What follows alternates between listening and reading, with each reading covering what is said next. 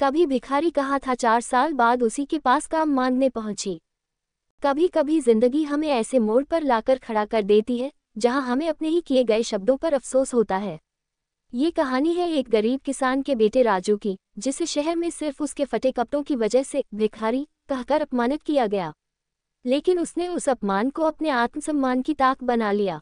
उसने न बदला लिया, न गुस्सा किया, बस मेहनत से वो मुकाम पाया जहां कभी उसे नीचा दिखाने वाली लड़की आज उसके ऑफिस में नौकरी मांगने आई। क्या राजू ने उसे माफ किया? क्या बदले की आग में उसने भी वही किया जो उसके साथ हुआ था? या फिर कुछ ऐसा किया जिससे सारा ऑफिस स्तब्ध रह गया? आइए जानते हैं एक ऐसी सच्ची प्रेरणा से भरी कहानी जो आपको सिखाएगी कि अपमान की चोट को बदले की आग मत बनाओ, उसे अपने जीवन की मशाल बना लो। राजू बिहार के एक छोटे से गांव में पैदा हुआ था, जहां बिजली कभी कभार आती थी और पानी की लाइन भी हफ्ते में एक बार चलती थी। उसका घर मिट्टी का बना था, जिसके ऊपर टपकती छत थी। पिताजी खेतों में मजदूरी करते और माँ दूसरों के घर बर्तन धोती थी। जब बाकी बच्चे स्कूल बैग लेकर पढ़ने जाते, राजू सुबह भैंसों को चारा देता, फिर खेत से पानी लाता और उसके बाद फटे पुराने बैग में किताबें लेकर स्कूल भागता। बचपन में ही उसने गरीबी की असली कीमत देख ली थी, जब दादी की दवा के पैसे नहीं थे और माँ ने अपनी चूड़ी बेच दी थी। तभी उसने ठान लिया था, एक दिन ऐसा बनेगा कि माँ को कभी किसी के सामने हाथ न फैलाना पड़े। पढ़ाई में वह शुरू से ही अव्वल था। हर साल गांव के स्कूल में पहला आता। वह दूसरों से अलग सोचता था। गांव के बच्चे जहां नौकरी की बात करते थे, वह कहता, एक दिन अपनी खुद की कंपनी बनाऊंगा और हमारे जैसे गरीब बच्चों को काम दूंगा। लोग हंसते, लेकिन उसके सपनों में सच्चाई थी। डिग्री पूरी करने के बाद राजू एक पुराना थैला और माँ द्वारा सिलाए गए 2 जोड़ी कपड़े लेकर शहर की ओर निकला। बस का किराया उधार लेकर, जेब में बस 200 रुपये और आंखों में उम्मीद थी। वह एक बड़ी आईटी कंपनी के लिए ऑनलाइन आवेदन कर चुका था और इंटरव्यू कॉल भी मिल गया था।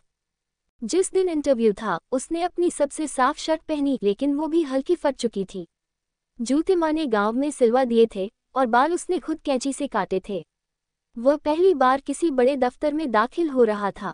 जैसे ही वह रिसेप्शन पर पहुंचा, सामने बैठी लड़की निहारिका ब्रांडेड कपड़ों और मोबाइल में व्यस्त ने उसे ऊपर से नीचे तक देखा। चेहरे पर तिरस्कार और आवाज में घृणा लिए बोली, तुम यहाँ इंटरव्यू देने आए हो या भीख मांगने? कम से कम कपड़े तो ढंग के पहन लेते। पूरा रिसेप्शन हंस पड़ा। पास बैठे कुछ स्टाफ भी मुस्कुराने लगे।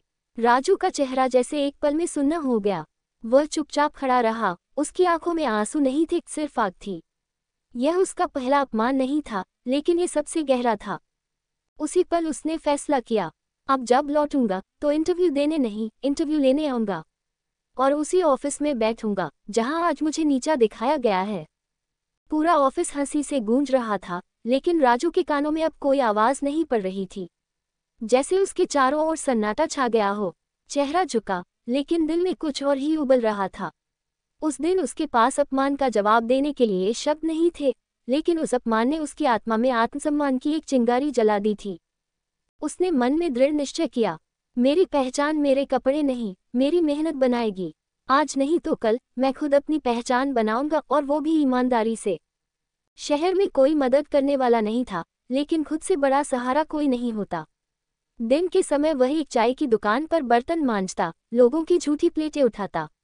बदले में उसे चाय और 100 रुपये मिलते थे। रात होते ही वह पास के एक साइबर कैफे में जाता, जहां मालिक उसे देर रात कंप्यूटर इस्तेमाल करने देता था। YouTube से उसने HTML, CSS, जावास्क्रिप्ट सीखना शुरू किया। फोटोशॉप के टूल्स को देखकर खुद प्रयोग करता, गलतियां करता और सीखता। धीरे धीरे उसने स्थानीय दुकानों के लिए 500 रुपये में वेबसाइट बनाना शुरू कर दिया, और वही उसकी जिंदगी की दिशा बदल गया।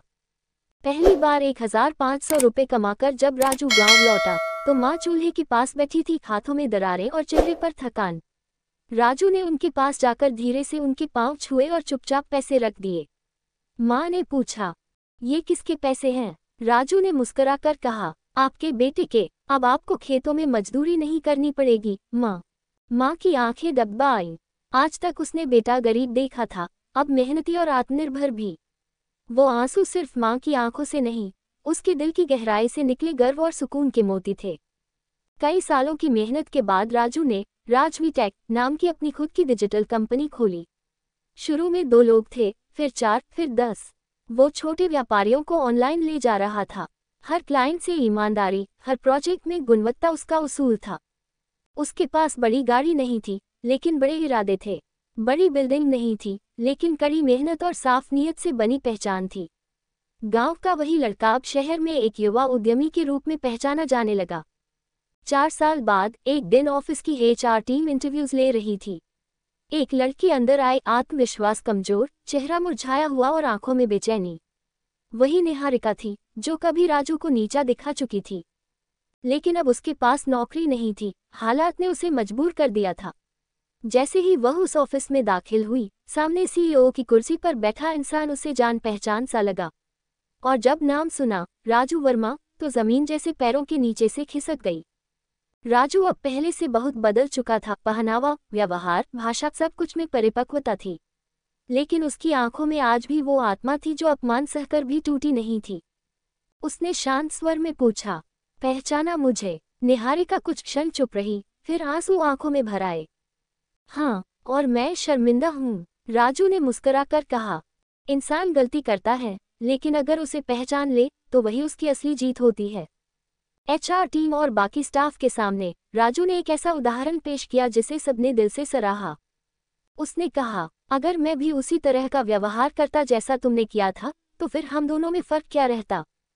फिर उसने सभी को देखकर कहा, हमेशा किसी की स्थिति पर हंसने से पहले सोचना चाहिए, क्योंकि वक्त बदलते देर नहीं लगती। इतना कहकर उसने निहारिका को माफ कर दिया और एक सच्चे नेता और इंसानियत का प्रतीक बन गया। राजू की कहानी सिर्फ एक लड़के की सफलता की कहानी नहीं थी, बल्कि हर उस इंसान की प्रेरणा थी जो अपमान को अपनी ताकत बनाता है। उसने दिखाया कि वक्त चाहे जितना कठिन हो, लेकिन अगर इरादा मजबूत है, तो हर चोट, हर आंसू एक दिन सफलता की सीढ़ी बनता है। अपमान को बदले में ना बदलो, उसे प्रेरणा में बदल दो। राजू ने यही किया और दुनिया को दिखा दिया कि आपके कपड़े, हालात या पैसा आपकी पहचान नहीं बनाते, आपकी सोच, मेहनत और ईमानदारी बनाती है। दोस्तों, आपको ये कहानी कैसी लगी? क्या आपने कभी किसी अपमान या कठिनाई से सीख लेकर अपनी जिंदगी बदली है? नीचे कमेंट में अपने अनुभव जरूर शेयर करें। अगर ये वीडियो आपके दिल को छू गया हो, तो इसे लाइक और शेयर करना न भूलें, ताकि और लोगों तक भी ये प्रेरणा पहुंच सके। और हमारे चैनल को सब्सक्राइब करें, क्योंकि हम आपके लिए लाते रहेंगे ऐसी ही दिल छू लेने वाली प्रेरणादायक कहानियाँ।